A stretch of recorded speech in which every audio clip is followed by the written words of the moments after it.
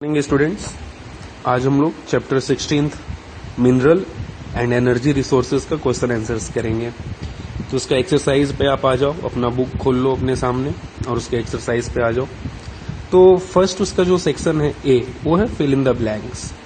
Fill in the blanks में पहला है dash and dash are the major types of iron ore, मतलब दो आयरन ओर का नाम बताना। That is chromites and manganese. ठीक है, वो क्या है? क्रोमाइट्स है और मैंगनीज है, दो आयरन ओर। फिर second number, mineral is extracted from a region where its concentration is high. जहां पर मिनरल्स का कंसेंट्रेशन हाई होगा वहीं से उसे एक्सट्रैक्ट करेंगे। Third, dash minerals are divided into ferrous and non ferrous. कौन सा मिनरल है जिसे हम लोग फेरस एंड नॉन फेरस में डिवाइड करते हैं? डेट इज मेटेलिक मिनरल, है ना, मेटेलिक लिखोगे वहां पे। Then fourth, dash is obtained from bauxite ore. Bauxite ore से क्या हम लोगों को मिलता है? अल्यूमिनियम, है ना, aluminium we obtain from bauxite ore.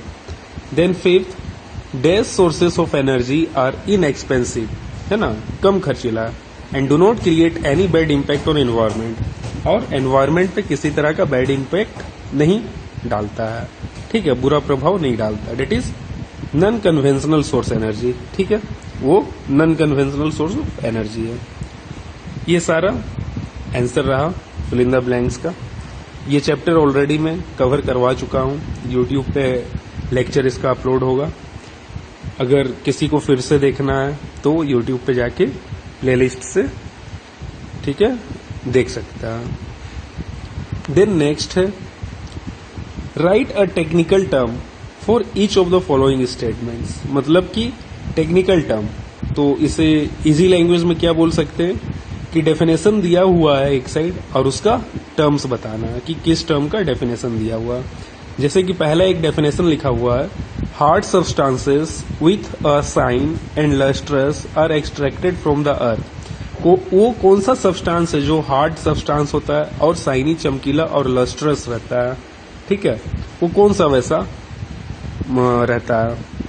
Minerals. That is metallic mineral. जो मेटल होता है उसका कैरेक्टरिस्टिक्स होता है ना, हार्ड होगा, शाइनी होगा, लस्ट्रस होगा। ठीक है। Second, it is the hardest, brightest and best quality of coal. कौन सा कोल है? कोल होता है ना, एंथ्रासाइट, बिटिमस, लिग्नाइट, है ना, पीट, ये सब कोल होता है। तो उसमें से कौन सा बेस्ट क्वालिटी कोल है? That is anthracite. Okay. Now third, the earth's material which do not have definite chemical composition and can be hard or soft। Earth material कौन सा वो है जिसका कोई डेफिनेट केमिकल कंपोजिशन नहीं है और वो हार्ड या सॉफ्ट, दो में से कोई भी हो सकता है। ठीक है, और उसका डेफिनेट केमिकल कंपोजिशन नहीं है। देन रॉक, जो होता है ना, रॉक, चट्टान, ठीक है, उसका कोई डेफिनेट केमिकल कंपोजिशन नहीं होता है। कोई कोई चट्टान सॉफ्ट भी होता है, कोई कोई हार्ड भी होता है। Okay. Fourth number, materials formed inside the earth by the decomposition of dead remains of plants and animals in the sedimentary rock। एक मटेरियल्स का फॉर्मेशन होता है अर्थ के अंदर, ठीक है, जो कि सेडिमेंट्री रॉक में रहता है। उसका जो फॉर्मेशन होता है वो डिकम्पोजिशन ऑफ डेड रिमेन्स, ठीक है, डिकम्पोज होकर होता है। किस किस चीज का डिकम्पोज होता है? डिकम्पोजिशन होता है डेड रिमेन्स, जो मृत है, ठीक है, वो चाहे पेड़ हो या जानवर हो। ठीक है, वैसा कौन सा मटेरियल्स है? ठीक है, डेट इज कोल। जो कोल होता है वो इससे आता है। ठीक है। Fifth, fuel obtained from sedimentary rocks consist of coal, petroleum and natural gas. ठीक है, क्या चीज है वो, कौन सा फ्यूल है वो जो कि सेडिमेंट्री रॉक से मिलता है, जो कि कोल, पेट्रोलियम, नेचुरल गैस का मिला जुला रहता है। तो कलेक्टिवली किस टर्म का ये डेफिनेशन है?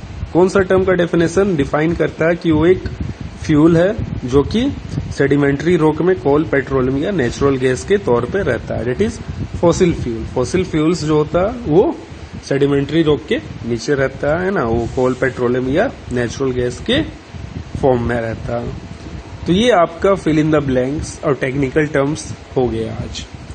अब नेक्स्ट लेक्चर में हम लोग मिलेंगे section C, answer the following questions का फर्स्ट 3 क्वेश्चंस को आंसर करेंगे। ठीक है, इसे बढ़िया से अपना नोटबुक पर लिख लें और याद करें, मेमोराइज करें। ओके, नेक्स्ट लेक्चर में मिलेंगे आगे का आंसर्स के साथ। Okay, thank you, bye.